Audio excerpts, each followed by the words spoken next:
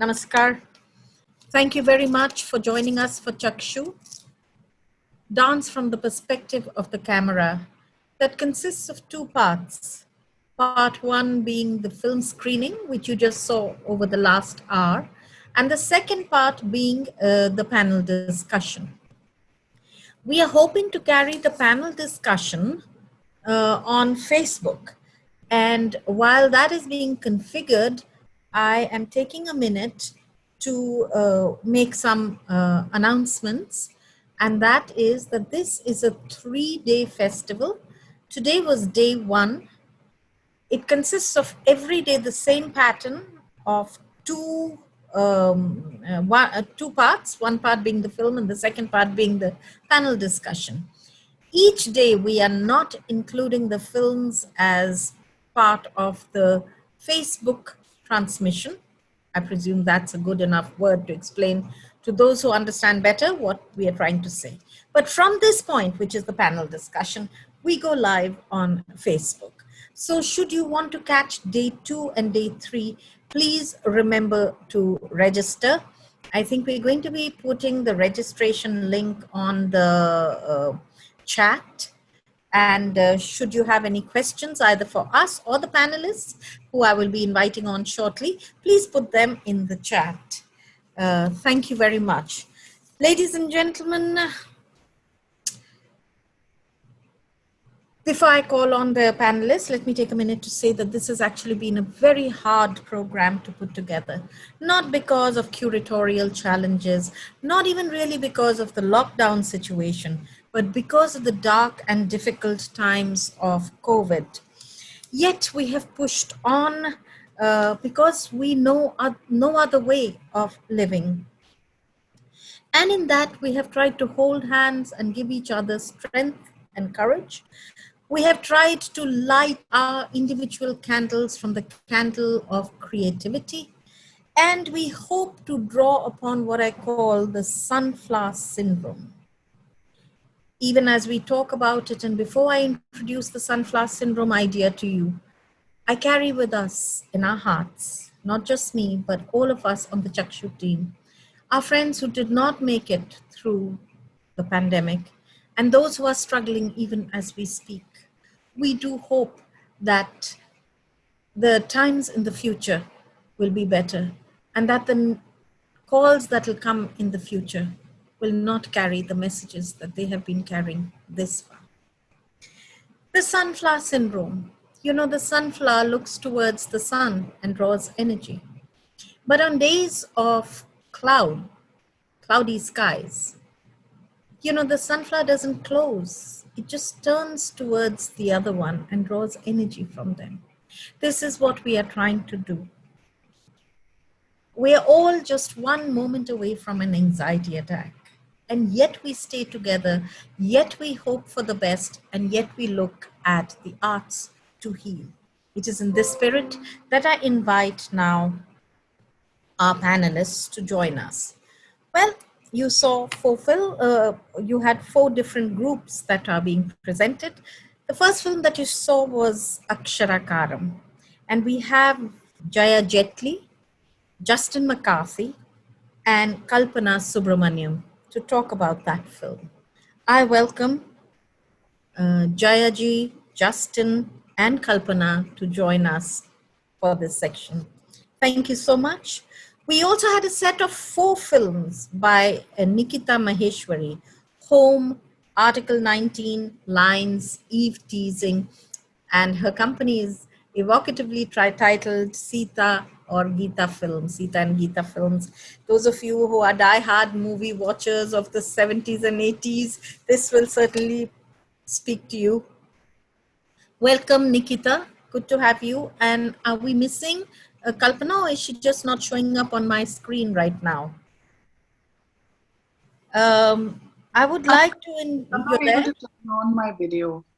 Okay, so when you do, we'll have you join in. I'm trying. Okay.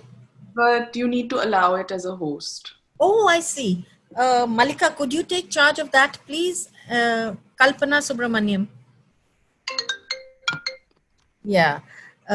May I ask you to turn off your phones, please, if it's possible. Nrityagram for the Love of Dance, that film that brought Pratima Bedi and her vision alive again. We have Nan Melville, who is here from New York, joining us. Nan, I hope you can join and connect again. We just had you for our little rehearsal, tech check. And the last film that you saw, Nature of Nescience, Shilpika Bordoloy joins us from Jorhat. Welcome, Shilpika. Can we have all the light on all of them? Thank you. Still waiting for Nan and Kalpana to join. But if I have your permission, I would just like to begin because we are on a tight schedule. And I guess Kalpana will join us and Nan will join us too. I'm trying, but I'm still not allowed to. I'm clicking on start video, but I can, yeah, I can. I think I can hear you, but I can't see my picture yet. All right, no worries. I'm sure Malika and Sangeeta, who are technically so much better than me, will be able to do something. But I will take this moment to begin asking, although I wanted to speak to you first, Nan, but momentarily while you join in. There I am. So we can go back to the thing. In case you would like to know where Nan is specifically, she's at the Joyce Theatre, where very soon after this she will slip off to do some shooting there. Obviously dance. I haven't asked you, but I take it. Yes, tap dance actually. Really nice, lovely. Yes. Thank you so much for sharing your lovely film with us, Nan. Well, I can't thank you enough, and everybody there and all the filmmakers. It's such a privilege to be amongst all of you and to have my work recognized, and not only my work, but the dancers, of course, because we're all here to make what we make because of the dance and the dancers. That's true. So Nan and I met when this same film was shown as part of the, hello Kalpana, I'm glad you joined in. But we met when this film was shown as part of the New York Public Library for Performing Arts' regular schedule.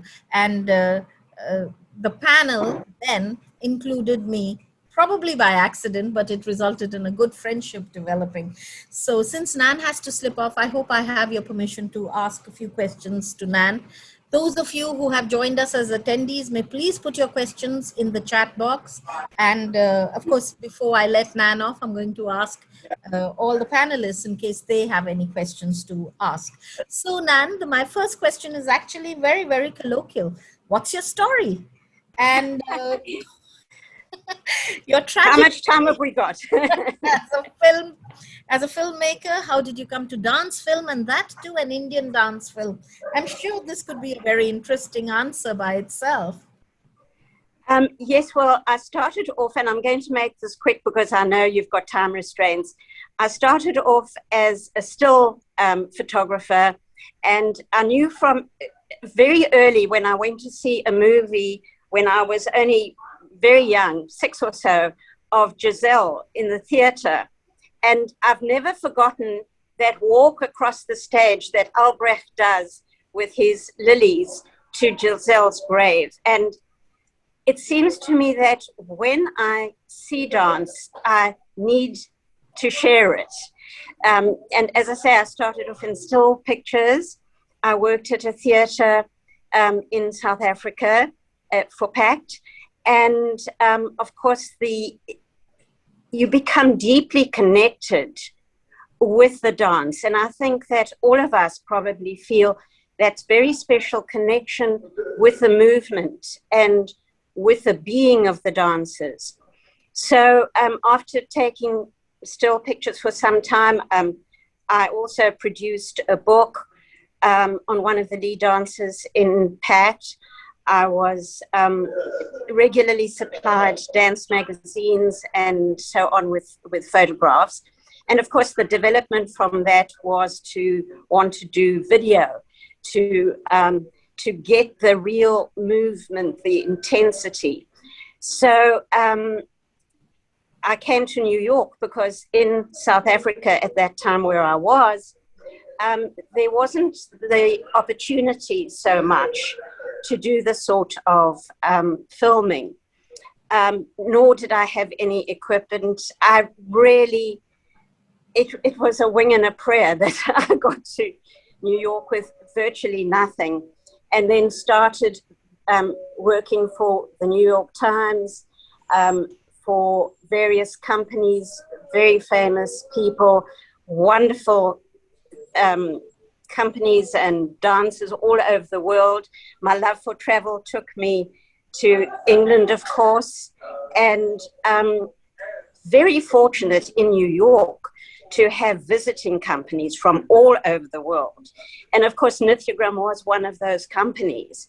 And I was doing still photography for the New York Times of their performance at the K Playhouse, their one and only performance in New York, which was an absolute rave. Everybody was just, they couldn't say enough about it. And of course, I caught the fever, and there we go from, you know, that is what inspired me to do this particular film. But dance in general, Ashia, is just, you, as you said in one of your statements, it's the desire to share it with your viewers and the rest of the world. Just let me... Guys, I'm on an interview. This is such a funny thing. This is real theatre, people. Real theatre people, and a very New York moment. So Nan, tell me, how did you think of doing the film on Nrityagram? Well, it was because I was introduced to them here at their first performance in New York. And then, you know, you become very deeply involved with the dance. And I thought, well, I would like to show this to the to everybody. So I decided to, actually it was Pratima Bedi who got me to do the film. She didn't ask me to do the film, but she, when I took the photos, she was very intrigued with my photography, and came to visit me in my apartment and sat on my bed and said, "You must come to India." And as most people who knew Pratima Bedi, when she said something, you found yourself doing it. She just had that sort of persona, that sort of vibe, that she could go to a prime minister and say something, or go to a photographer, and you just did it. And I think that was so much of her success. And I think it was my desire to do the film was to actually celebrate Pratima. And it was very difficult because there were no films of her dancing at the time when I wanted to do this. The films had all been lost because somebody had taken care of them and run away with them, or some such story. And I was warned that it was impossible to do a film about her and about Nithyagram without having her dancing. Well, as you can see, we got away with that because of what she started and passed on to these other incredible dancers who've carved out wonderful careers and a real name for Odissi dance in the world. So does that answer? That answers the question to a great extent, and I can resonate, your statement resonates with me, that when Pratima asked you to do something, or she wanted something done, she would always get it done, you know. She was one of those kind of people who just had that power to do it. My question to you now is actually, if you were to do this again, would you do it differently? You know, everything that I did, apart from the interviews, has been pretty spontaneous. Even my desire to go to India to do this. And what I would do differently, I can't even say if a little bit more planning would help. But I would, I think, get proper funding and have a little bit more of the outcome. I would love to have better equipment to have done the initial shooting. And, sorry, and I'm not sure if, I was thinking of this, and it's very hard to say what you would have done differently, because given the spontaneity of, with which I shot, if it had been more minutely planned, maybe it wouldn't have had the same results. But I would have had more equipment. I would have had proper help. I would have had somebody as an assistant, because really I did this pretty much on my own. The editing was done by the wonderful Susan Addis, and I had an army of people and friends contributing in all ways, but mainly through their input of support. My wonderful friend Cynthia Gould and her daughter Rashenda, who did the website. Cynthia was my constant advisor and letter writer. Raja Kapuri, who donated some of that archival film that you saw in there. And just so many people who pitched in, really, and helped. So it's a very difficult question to answer. No, but you have brought me to a point that I wanted to take off. But before I come to that, which is the point on fundings, there is a question in from the audience, and that question is says, what is your next video project? So as you answer that, maybe you could weave in a little bit about funding challenges or fortunate opportunities, serendipities that have played into the process of your dance filmmaking. Right. Well, yes, it really is a major part. I think every filmmaker comes up across this business of funding. And in any age, it takes various forms. Who you approach. Is it a Netflix or is it your neighbor? My next project, or the project that has been ongoing, is my Cuban dance film. I first visited Cuba in 1990. I was invited by Dance Magazine to take pictures of the great late Alicia Alonso, who was head of that company for 70 years odd. And I was the same as I was intrigued with India, I was intrigued with Cuba. And it's always about the people. And when I saw the dance, in Cuba, it's very much, the dance is not so much, it's a part of life there. And in a way, it's a parallel to India as well. And the Cuban dances, it's not, as one of the dancers once explained to me, it's not the people on the stage and the audience, it's a whole. The audience and the dancers are one. And I think that is what, as a filmmaker, really, I thought, gosh, I want to show this. I want to show forget about the politics. You want to show the wonderful techniques, where these techniques come from, the great dancers and ballerinas and ideas that contribute to this incredible work of art. Funding, I've left that out. I think it's an ongoing battle, and I don't have an answer. I can say that I'm very fortunate in having my wonderful Raul Santos, who is co-directing and co-producing the Cuban film with me. And it's a little bit more structured in terms of PR, getting reels together. There's a tremendous amount of background work, as anybody knows, of pictures, of story writings, of log lines.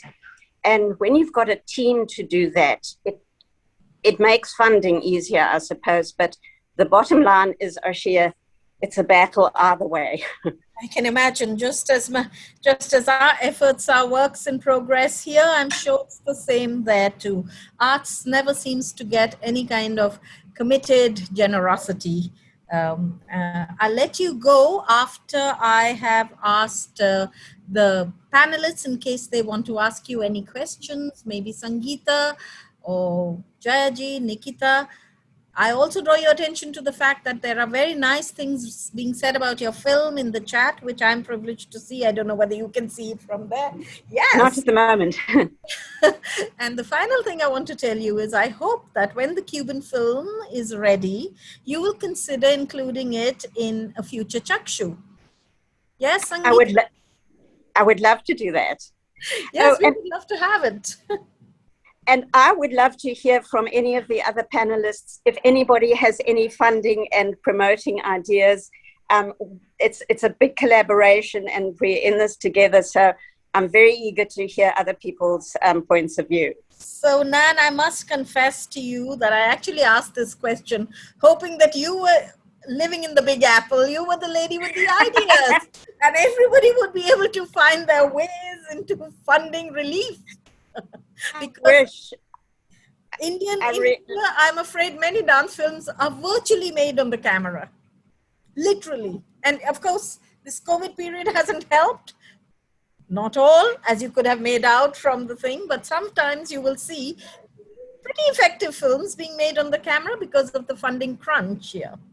Right. I got myself into serious credit card debt, so don't come to New York. So we'll let you go now, but I hope that you will join us tomorrow for the films as well. Same way at 7 p.m. you join us on an attendee link. You have also been sent an attendee link. If not, we'll speak later in the day and smoothen that one out for you. Thank you. And just congratulations to all the people taking part in this. Thank you so much. And my heartfelt thoughts to everybody through this pandemic. Thank you. Thank you. So I'd like to speak next to Jaya Jetli ji. Jaya ji, it's a privilege for all of us to have you here with us for this screening and for this program. You know, you are so well known. You're an icon in the field of crafts. So I can't help but asking you this as my first question. How did you think of dance, of doing a dance film to carry forward and make the point that you wanted to make about calligraphy, which, you know, when you look at the craft traditions of India, is actually such a seminal design motif in Indian crafts, you know? So, so predominantly craft, and yet you choose a dance film to get its point across. This actually is my first question to you. Okay, well, I think that's a fundamental question, really, because it takes me to the source of all my understanding of craft at all, because one can't see it just as a product or a little decoration or a bit of carving somewhere, something we might like to buy and put on a shelf. I believe it's the world of skills that human beings have in their fingertips. And the Shilpa Shastras is the source of my understanding because it explains in this scientific treatise on the arts how everything is interconnected. So there were rules for every kind of profession, from masonry to metallurgy to architecture to how to make a kund and what were the proportions required. It wasn't just Michelangelo who made the man in all the proportions. It was done much before that for temple architecture and other things, and put at the feet of the god Vishwakarma. Now, even if you don't believe in gods, the point is that the whole source of creative energy was sacred. It was a devotion that repeats itself in dance and music everywhere. You cannot give your heart and soul and your talent to anything unless it is a devotion to a higher understanding, a higher being, even the being a better understanding of oneself. I see that in non-literate craftspeople.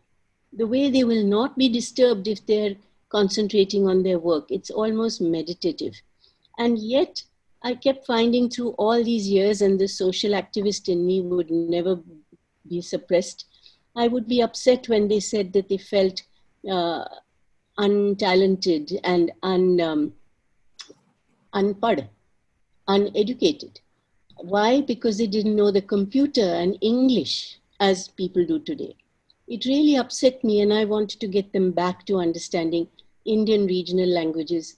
The scripts were so beautiful. And I am in love with graphic design and calligraphy. And I felt that these artists who'd won national awards and were showing their skill all over the world, they could not write a bill properly. They could not write their name properly. But why could they not use their skill to carve or embroider or weave or stone cut alphabets and their own scripts? Through that came a wonderful, rich production of material of their own local cultures and their own languages, songs and verses. And I realized that, of course, the whole area of dance, the musician, the instrument he plays is crafted by hand, by craftspeople. The clothes of the dancer are woven by the weaver. Everything is so interconnected, let's not put them in compartments. And I have these wonderful dancer friends, and I have to here really bow my head in sorrow that the person whose calligraphy is the opening shot in our film actually passed away of COVID just last week. So this is, for me, I think you're showing this film is wonderful as a tribute to Rajiv Kumar.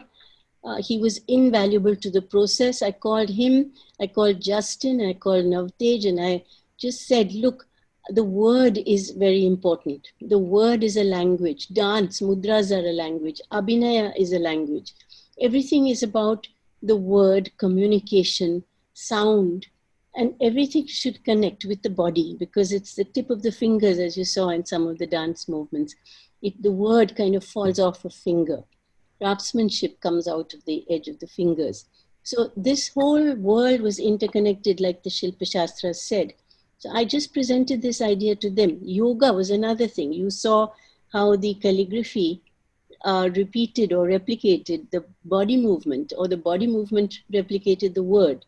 And the other beautiful thing about dance and calligraphy is that the dancer, before executing a step, takes a deep breath, goes into his or her inner self, internalizes the whole movement, and then does it in one go. The calligrapher does exactly that. They don't plan and stop and think, now should the line go left or right. They think, they meditate, they have a thought in their mind, and then that comes out in a flow of the brush. So I wanted to combine all these things together. So I just put these people together who hadn't probably thought of it. And what they produced, I think, was wonderful. I didn't guide them any further. I just left it to my confidence and trust in them. And the fact that you're showing it is an honor and a privilege for all of us. Jayaji, thank you very much for this explanation. But before I move any further, I just want to acknowledge on behalf of all of us our pranams to Rajiv ji. It has come as a complete shock, believe you me, till you said it today. We had no idea that COVID had taken yet another artist. And it is so difficult to transfer this intangible artistry. You know, how do you do this whole process? There are people who are just born with this internal landscape that can see patterns and designs, and it's an whatever. It can't be replicated. It can't be recompensed in any manner. This kind of loss. You know, you lose a building, you lose wealth, you lose some gold, you lose your suitcase, all that comes and goes, but you can't repeat this. And so it is a really big loss. So you've actually anticipated in your answer the next question I was going to ask you, which was, what is the brief that you gave to the artists and to Kalpana, the director? So I just wanted to ask you, you said that, you know, when the dancer goes in and produces, and the calligrapher takes this breath and then doesn't stop, doesn't look left, doesn't look right, just in one flow. But the camera had different possibilities. The camera can repeat, the camera can approach the same moment from different angles, and the camera can do its most powerful thing, which is the editing of it. So did you find that, you know, you had to suddenly come to terms with it because you were thinking of it in the performative manner? No, I didn't. I thought of it as a concept and as an idea. And my forte, if I have anything at all, is to come up with ideas which I want done. And the ideas are always things like Dilli Haat. I mean, nobody thought about how to put up a crafts marketplace, but once I thought about it, I was determined. And with this also, I so believed in the idea, I left it to the understanding practitioners to put their skills together. And I just had so much faith in the idea that it finally came out. So I think Kalpana resonated with the calligraphy and the body movements and the music and the concept behind it. Each dancer contributed to that. And it was a really wonderful joining of skills, which is exactly what the Shilpa Shastra talks about. A true yoga. Yeah. Mhm. So, since then, have you used dance to carry forward any of your other ideas? Your closeness to dance, of course, emanates from your daughter's dance practice. Were you also trained as a dancer? I did learn a bit of Kathakali in my youth in Kerala when I went for the holidays, but I've always had this feeling that if I had another life, I would love to be a dancer. But it's fine. I think the joy of enjoying it is good enough for me. And the fact that I can put it together with crafts is another exciting idea. But I think dance itself can be used in many ways with craft. I edited an article for Varta, the art magazine, in which I had a dancer who composed dance on textile, her whole choreography was working and moving with textile. And there's been choreography about weavers and weaver stories and songs about weaving. Weavers sing about music, a dance, and everything does intermingle. So it's not that I will keep pursuing film, because I don't say I have any talent in imagining how a film would be. But I think using craft to open and push borders and push boxes that we're all in, and to tell the musician that, look, appreciate your violin or your tampura, because it's handmade by even the simple bansuri, made by the bansuri player. He has to know the swar, and he explains how the size of the bamboo, the quality of the bamboo changes the sound, and therefore it's used for such a good rag, particular rag. So people don't realize this. They don't honor the craftsperson enough, because the craftsperson is everywhere. No dancer's ornaments would beautify her unless that ornament maker had, the goldsmith, the jeweler could have done a good job. The decor of the stage, the brass lamp that is put there, everything is made by hand as a service and a devotion to a higher being. So the boxed approach that you referred to, helping us break out of that in this production of the film Aksharakaram, which accompanied your exhibition, giant exhibition, moving one on Akshara, the written word. We also had a film in Braille, an abstract film in Braille, because that again is another language for which you need your hands.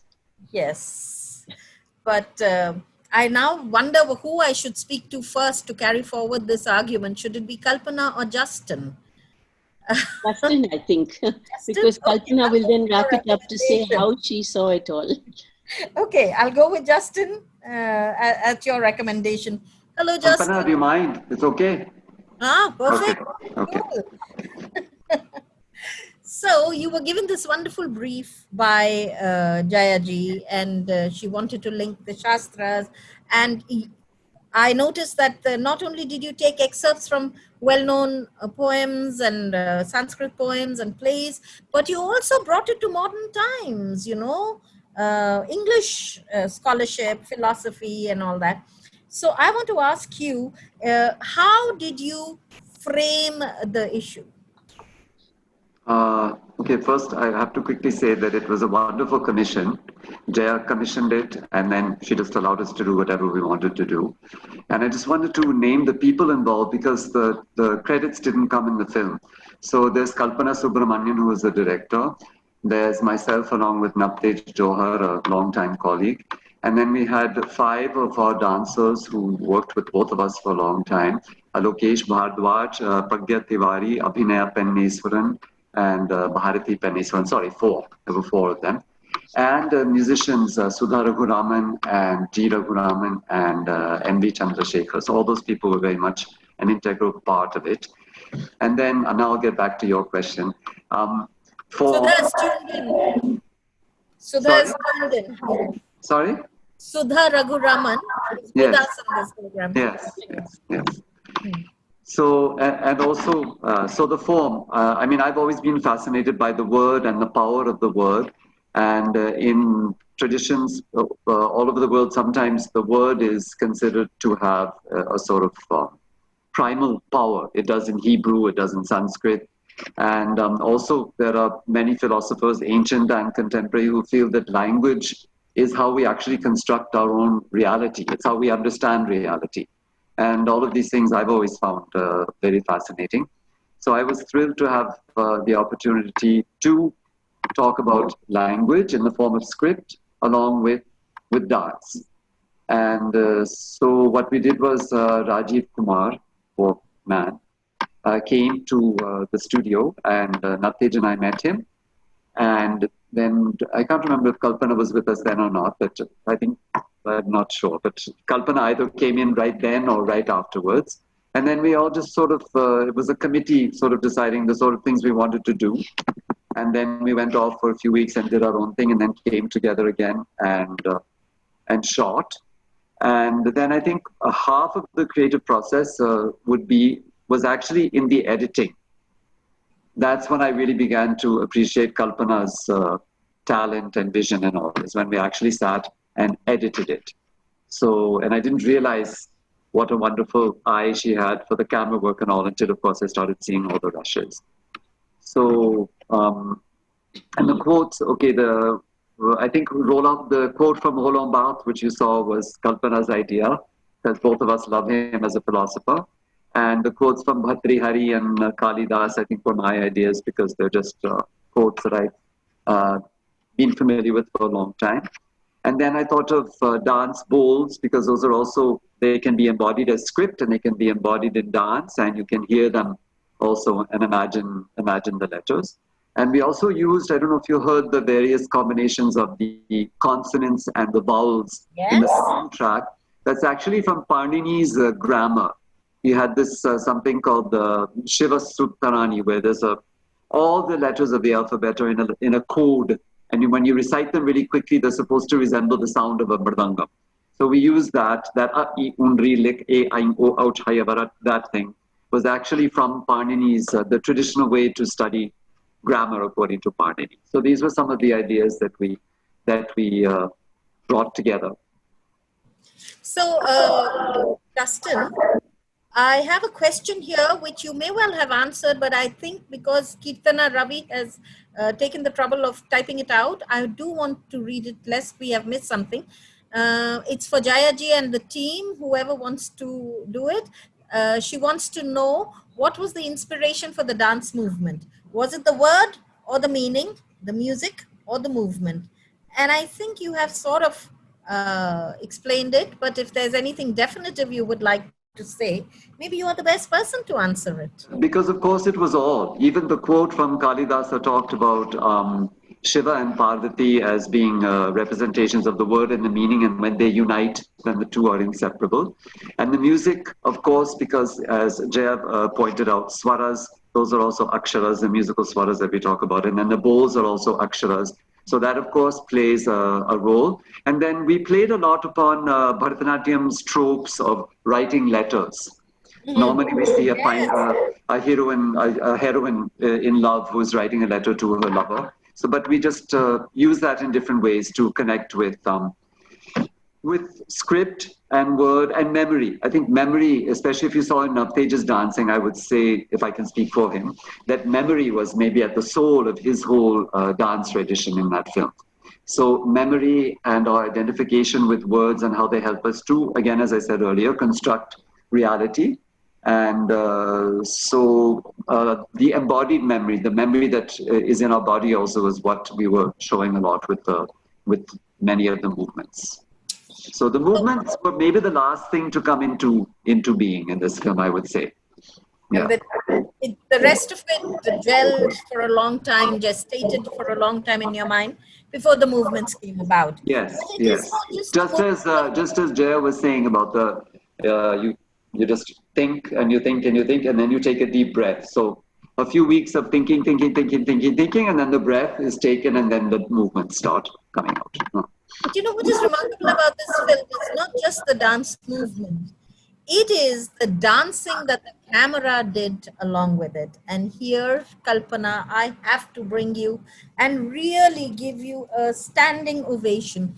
It was every shot was constructed in such a way that there was dance in the shot. You could have taken dance out of it and there was still dance in the shot. So this can actually happen either if you know your subject very well, or because you know it from the, because you yourself are a dancer and you see dance everywhere. So in your case, which of the two is it? I'm not a dancer, but I did. I mean, I think for me, like the the brief was inspiring that Jaya put together. You know, it was like an inspirational kind of a poetic thing to think about. Like, how does the line and the, you know, how does structure work through all these different kinds of, you know, media. And for me, I think the connection was really like understanding it through the perspective of yoga and watching dance and having studied dance briefly for a, you know, transitional period, but I didn't really stick with dance. But for me, I understood it more through music because I kind of sing, and I also you know, practiced yoga with Navtej in his studio. And so for me, I had done this set of films with Navtej earlier for the Gandhi Museum, where he interpreted the 11 vows of the Satyagrahi through these little vignettes, where it was very in between yoga and dance. And it was, you know, kind of like, that was sort of like a basis, like we were moving forward from that in my understanding. So, you know, yeah, I think for me, it was just about staying quiet and filmically keeping everything pretty stable so that the dance comes through, and not having too much going on, so that the focus is really on the form, movement, and you know, like, so we can see every little detail. That was the main idea behind it, really. So correct me if I'm mistaken, but when you have so many intersections as this work had, did it add to your agency or did it curtail your agency as a director?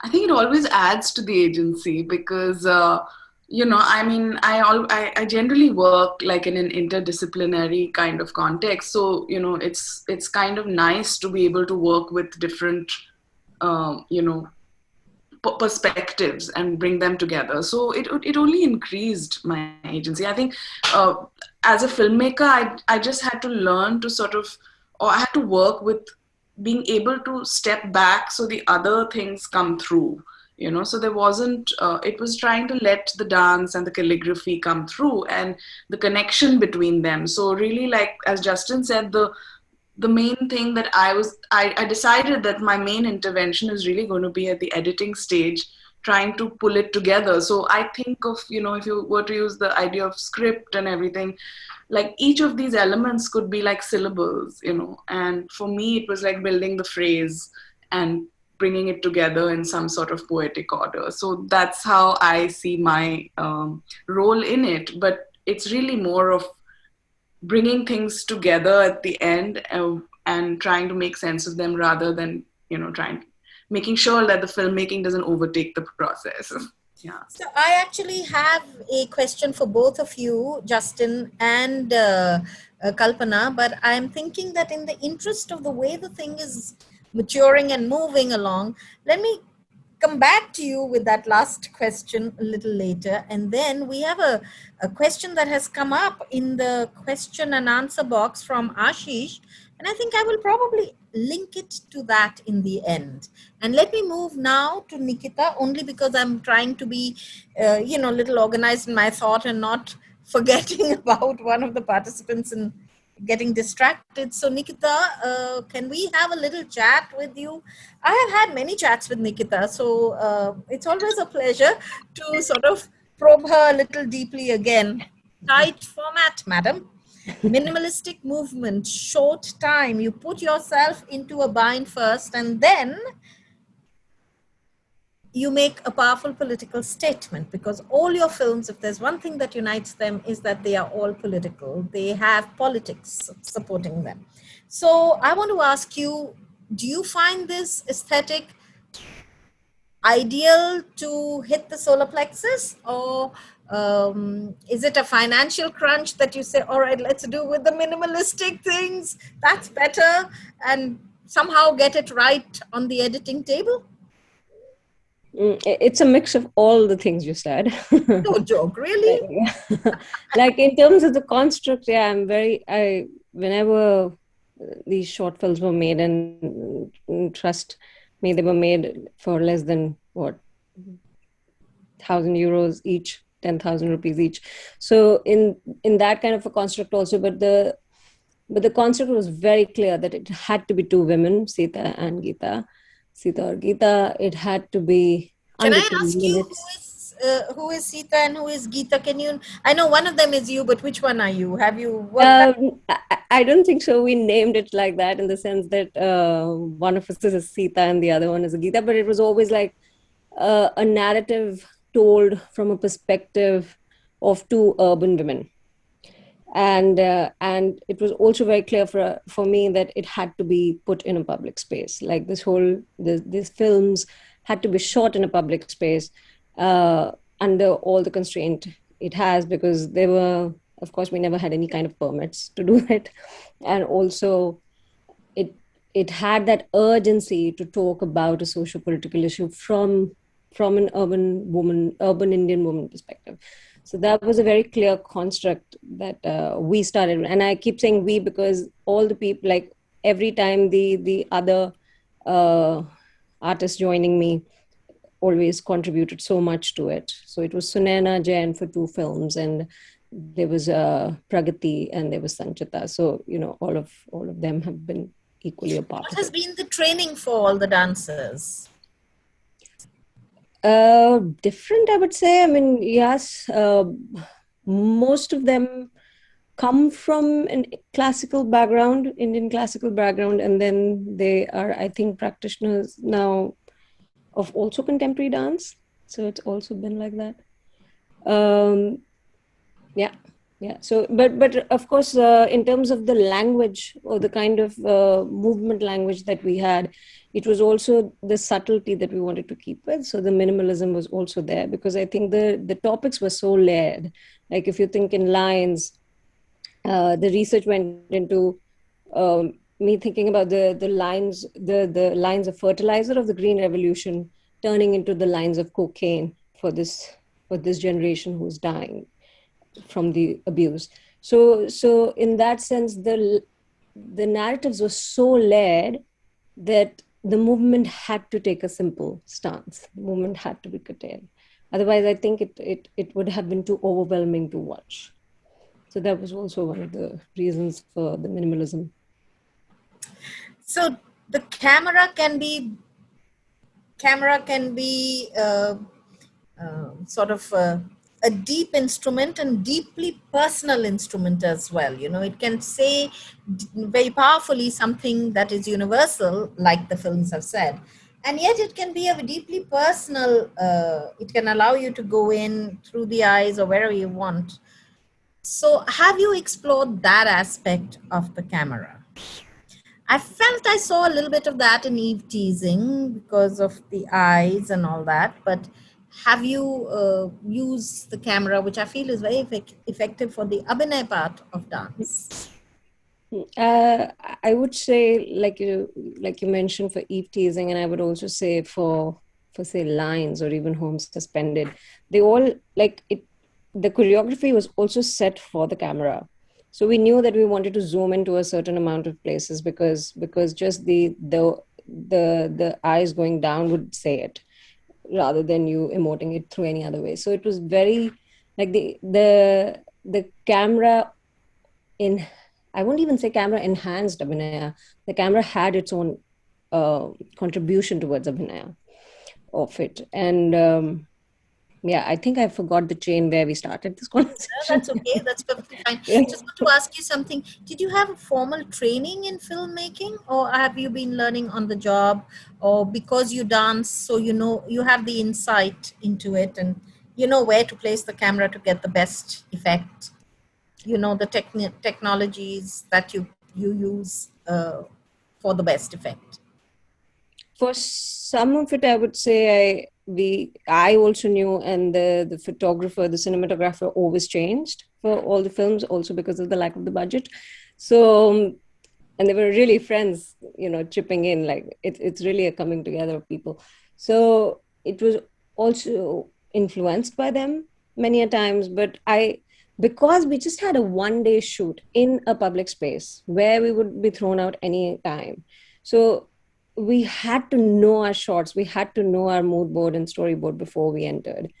Otherwise, the film on the editing table would take another turn altogether, which it also did because there was some footage which was like completely gone. So we were like, oh, this is not the narrative we wanted to do. But then uh, it had a reconstruction done, of course, on an editing table like any other film. So I like the soundscapes that you use. Article 19 particularly is very, very powerful. Maya's voice has been used very effectively in that. How important is soundscape for you? It's like all of it coming together. Like we were just talking about the film before, the words had to get, the language had to play an equal amount of role as the dance had to play. So it was similar like that uh, because you have a constraint of 2 minutes to do this, the soundscape take again a very important role of a performer.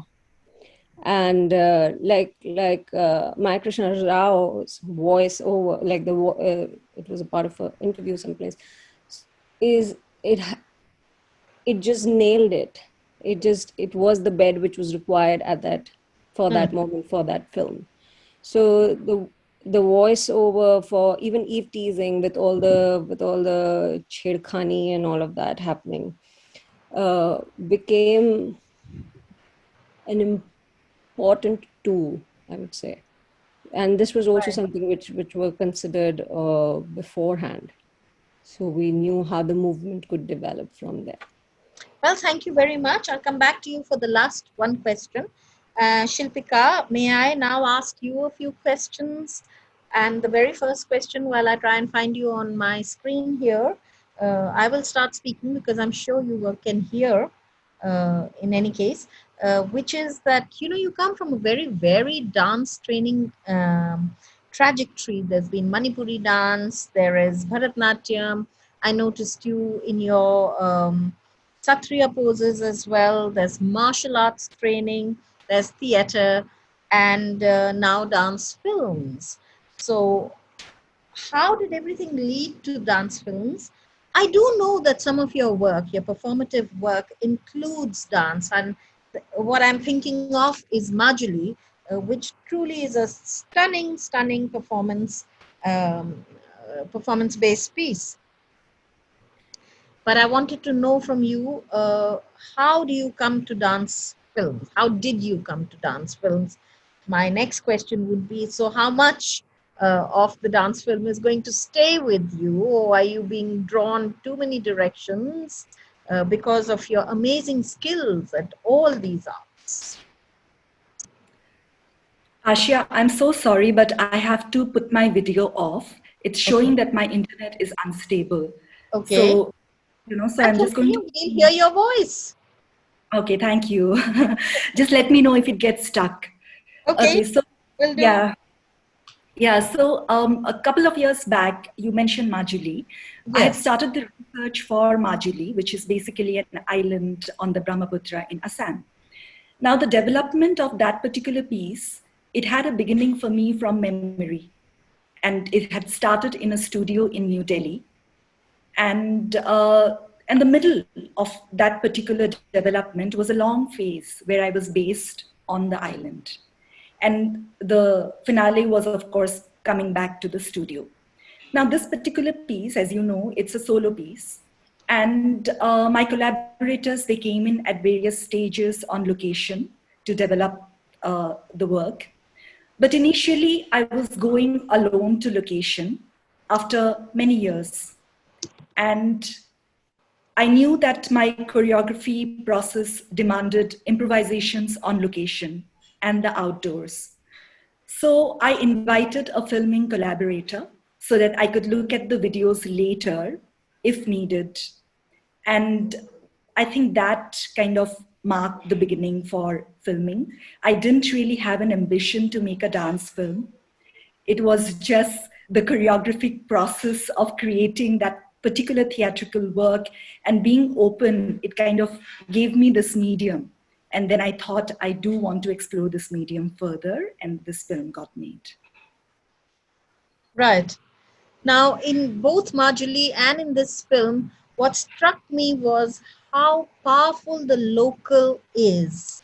Does the local influence your art making, or is it the what should I say, inspiration towards and the exoticness of the locales inspires you to think of a corporate incorporated medium like film to sort of do it justice, because performance out of context may not be that touching to the heart, but when you include it's the richness of the background, the locale and all that, it becomes that much richer, and film therefore is a better sort of medium to be able to carry all these aspects and weave them in. Yeah, I mean, it is very important to have a search, and the idea or the beginning of the piece for me can be abstract. And if the story can be told better on, say, a live format with the use of multimedia or film, then of course it should be used. Now, here, you know, when I begin the process, I always have it. It's very visual for me. There's always an image, and very abstract one. And the performances are devised. Like technically, I don't really work with a script. So then the material is kind of generated through processes of improvisation, and it's always coming from within. And in that, of course, the connection of my being with my geography, with nature, with the indigenous knowledge systems, all of those things kind of emerge. And also, the background information is also there, like the reasons for creating a piece, you know, in which there is, you know, the stories that are at stake in our culture, the political provocation with the system, and, you know, the concepts of identity, of belongingness, of land. All of these things influence towards even the idea of a particular piece, you know. So I think filming, I mean, it's really a new medium for me, and I'm really I intend to learn a lot more of it. And I think my collaborator Kamal was fantastic. You know, he was a brilliant outside eye, and like Nikita had mentioned earlier, you know, the roles kept on intermingling, and it kind of you know, merged in a very nice way for me. And it was lovely to work with him. And yeah, so I think, like, in the search for the language, it was really for me to be open and to be able to play and, you know, create in that. And I think that gave it life for me. So my last question to you is a short one. The word nescience is normally used, for instance, in a legal setting, that not knowing law, nescience is no excuse for, you know, breaking it. Um, was this a deliberate decision to call it evocatively nature of nescience, or you have referred to the political protest part of it? So would you like to just develop a little bit? And I say it because today, of all the states, Assam is actually going through some major political turmoils around the issue of citizenship. Yes, the question of identity and the question of you know, displacement is really, really strong out here, has been for a few years. And often, I mean, the problems are common to many places in the world. That's why we resonate beyond the local, But we have a very, this region has the river as the spine of everything, of our culture, of the arts, of all the practices. And, but what we have is a destruction of, of the abundance through a lot of infrastructure without really understanding how one can actually save it. So a rural place, like say a place like Majuli, what it really needs is internet facilities in every house, proper road systems, proper development, education, which is not about literacy, but a development of the minds, where people learn to evaluate their own culture and retain it. And so these are the fundamental problems. And I think that's where the lack of knowledge, the ignorance.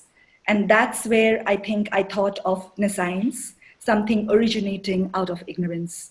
And because in the film, it's not directly provocative like that, because the film is about magic, mysticism, but the background of it is this. Right. Thank you for explaining that, because, it's such a provocative word. And so there are many levels at which you can read it in your film. My last question, and this I turn back now. What's next for you, Shilpika? So many things right now, collaborations. By way of dance films, let's narrow it a little bit and talk about a possibility of another dance film. You can see that I'm sort of fast trying to curate for the next Chakshu. Yes, definitely. A couple of ideas. I just need to take this opportunity of being locked down and, immerse myself into it. Right. I'll get back to it. Okay, thank you, Shilpika, and good luck. Thank you. Nikita, there is a question for you from the audience in the question and answer section. I read it fast before asking you what's next for you. Okay, so we don't end it till you answer the what's next for you. And this question for you has come from Sumedha Bhattacharya, I think. Yes, Sumedha. I really enjoyed watching your film. She says, I'm curious to know, and here's the question. How much did the sights affect your choreography? Or was the motivation for the choreography of your movements? Or was the motivation, so sights and affect your choreography, was it the motivation? Did it add layers? Yeah, beautiful. Yes, it did. It totally did add layers also. And also coming back to the idea of two women being on streets of Delhi, because most of it is shot in Delhi or Gurgaon. So two women being on streets of Delhi with passerbys looking on. So of course the choreography also changed because of that a lot, or at least the ideas behind it also changed because of that. And the sides really, it depends. Now, I think from one side, like with Home Suspended, we were talking about the idea of migration workers at that point of time who build cities like Gurgaon, but they don't have a place to stay for themselves and are completely ejected out of the system once it's done. So and doing it while they are constructing on that construction site was also such a eerie feeling of being the oppressor, and like this whole duality, the double bind of being the oppressor and the oppressed, like the constant duality that you lived in. So yeah, sites in those places really also influenced the performance there and then. Like, right. I would say what's next? Now I've moved, I'm doing a bigger project. I think it also started because of this Sita or Gita film series that I'm busy with long-term research from 2018 called The Nachne Wali. And Nachne Wali is really like, really understanding the identity of this brown dancing girl. And I'm really trying to unpack her identity on these three layers, like to demystify her from her past, like how the Nachne Wali is completely mystified and exoticized, not just from the Western eye, but also from a very subcontinental perspective, And then in the present scenario, how can we decolonize her? And not, when I say decolonize, again, I'm not talking very Western from it, but I'm also talking very much rooted in India, how you really decolonize that female body. And with the current government in India, I'm also trying to speculate her future. Like, what is the future of this brown dancing girl, with what exactly is going down in our country as we talk right now with the Modi government. So yeah, that I'm doing, trying to do through performance, to a series of lecture performance, and also through epistolary writing. So slightly Wonderful. We away look from forward to it. films. Yeah, two of them Yes. have been made. Yes, thank you. Yeah. So I want to ask both Kalpana and Justin. Maybe I'd start with Kalpana. Kalpana, what's next for you? Because we certainly want to see your talent with dance more often. Thanks. I actually made another film with a dancer here. I'm in Buffalo, New York, with a dancer who I kind of collaborated with. It's called Choreography of Disembodiment, the film, and it's with Melanie Assetto. I can actually share the link if I mean, on this chat or something. I think the film is on her website, so I'll just share that with you guys soon. So that film is there, and other than that, like I'm really looking forward to doing more collaborations. Actually, even with Justin and Navtej, and like my dance fraternity here. Like I really enjoyed the process of working on this film, and it's like organically just fell into place. Just. Very naturally. I think there's the chemistry of all the elements fell into place quite nice. So yeah, it continues to inspire me in the work I do. Right now I'm doing research. I'm doing my PhD in Buffalo on breath and experimental film, and it's trying to look at non-Western genealogies of media, drawing from yoga and Buddhist traditions, and taking the idea of breath poetics and seeing how we can think about cinema and breath poetics. So if I actually trace the arc of my interest right now, it stems from these kind of projects I did along the way. And right now I'm working with trying to understand how we can frame an aesthetics of breath in cinema. And I think everything comes into play there, dance, music, So I'm working more with experimental film and film right now. So just trying to break out of any formula molds. But dance does play a role in the sense I work with the body as kind of a material of cinema, and how the body can reflect light, how the body is a screen in itself, and so it's kind of a little going more towards abstraction. So I really don't know what's going to come, but you know, I think, yeah, I made a film recently called Tattva, which is trying to explore like these boundaries between, material and non-material worlds and things. So dance plays a role in an informal way there, but and I don't know if I like to. I mean, that dance film category, this is something you could probably respond to. Like, what is a dance film? Like, I find it like a category that sort of has a definition, but I think all films have an element of dance in them through camera, editing, music, So I sort of am wary of labeling it as a dance film, whatever I make, but I would I love to so incorporate totally dance. agree with what you have said. I have found travelogues of dancers, the videos of them. There is no dance per se, but because they are dancers, the subtext is always dance. I've seen films where a paper bag flies, and the way it fills with air sometimes, and the way it drops. So do you see dance everywhere? I do. So I see dance films everywhere. That's why my curations are very, very expansive and Catholic. They take in all sorts of things into it. A bed sheet drawing is enough of a dance for me, really. That's how Right. I feel.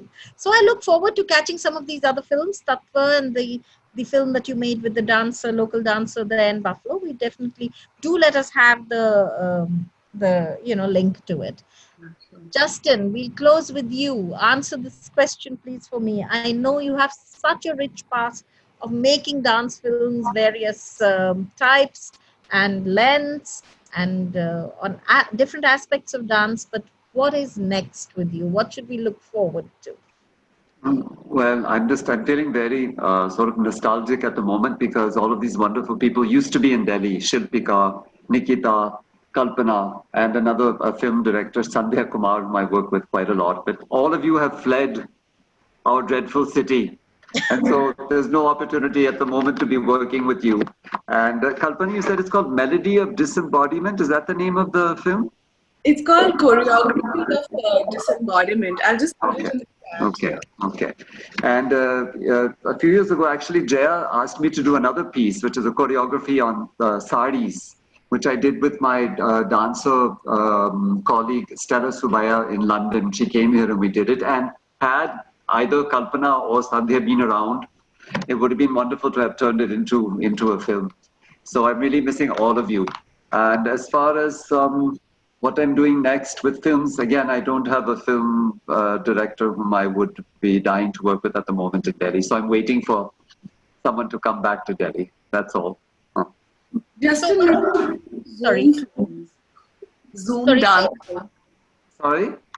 I said maybe we can do Zoom dance films for the age of the pandemic. That's going to be actually, I did a Zoom choreography. Did a complete choreography where we only met once after the whole thing was choreographed for something at Ashoka University, and it actually worked out. It was okay, and that was filmed by the university crew, and then actually Sandhya edited it for me and turned it into a film. I'll share it with you. It's called Rain. It's about, I think, a 20-minute film or so. So I can share that with all of you. Yes, we would love to see it. Yeah. No, really, this is... That was done a few months ago. Yeah. The only way that we are being able to sort of get out of the funk that we are in otherwise is when you lose yourself in something artistic. So help us do the what the Sardajis call the oxygen langar. Let's convert it into an artistic langar. Give us really wonderful and thought-provoking things. We need this. So at Thank this you, point, Arsha. And we'll all be there tomorrow and Sunday also too. yes, I just want to mention Sangeeta. Yeah, why don't you speak now, please? It was just wonderful to listen to all of you, and first of all, thank you to all. To being able to be here together and listening to you, it was wonderful. To end, I know we are already, over time, but I had one question, if I may ask, to Kalpana. So I believe if I have got you right in the session, you said that music motivated you more than the movements. Am I correct? That is what you mentioned. Is it?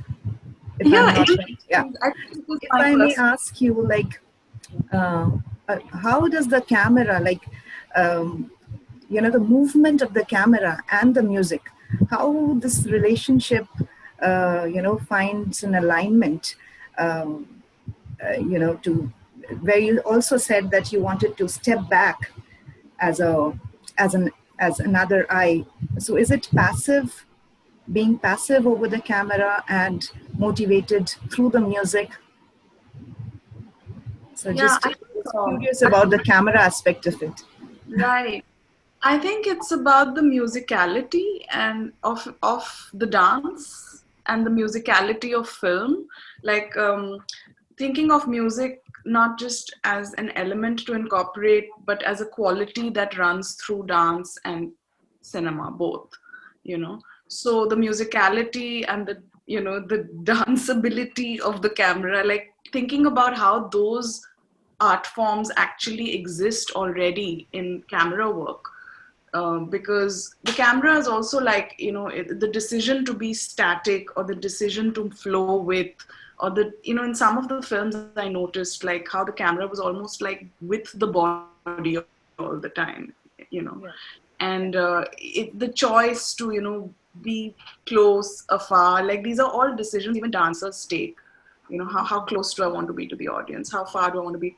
How much do I want to be inside the body? How much do I want to be outside the body? So I think, yeah, for me, like the camera, essentially music is that one art form which I personally feel is you find it in all the other art forms. So I use that as a guide to help stitch together the different art forms. You know, because it inherently it has in it like the structure, the geometry, the abstraction, the sort of the intangible also is there. You can't really see it, but it's the thread, and it's connected to breath far closer, far more than even, you know, with any other art form. So I think I use that unconsciously. I use that as the guide. I don't know if that answers That's the very question. interesting to know because, as Jayaji also said about the meditative aspect of everything, flowing, and how the music can also be a guide, which is like, as you said, it was an unconscious thing that happens as a dancer. Of course, it happens to us all the time. But it was interesting to know that from a filmmaker's point of view, music can also be such a guide which is like unconsciously happening to you and motivating you to take such important artistic decisions. Thank you so much, Kalpana. That was really insightful for me as a dancer. Yeah, Thank you. no, thanks. And somebody pointed out in the chat that they liked the silences in the film, Yes. and I think And that's, just yeah. So a that's dancer really to important because the activate silence is getting part up. of that music. So there is somebody who's asked a question in the chat box. It's not a question I would attempt to answer right now, but I wanted to go with us as we leave today's program and come back tomorrow and see more because it's not something that can be answered. The question is very simple, one line. What are the prerequisites of choreography for the camera? That is something that I have been chasing for the last nearly 20 years. So maybe we can put together our ideas, and Sangeeta, to you, I suggest, even though we are doing this in partnership, but you will be doing a big favor if you just get this group again, maybe, to talk about just this one topic. What, in their eyes, is the prerequisites of choreography for the camera? That's how just to try and answer this question, that my journey on dance films began.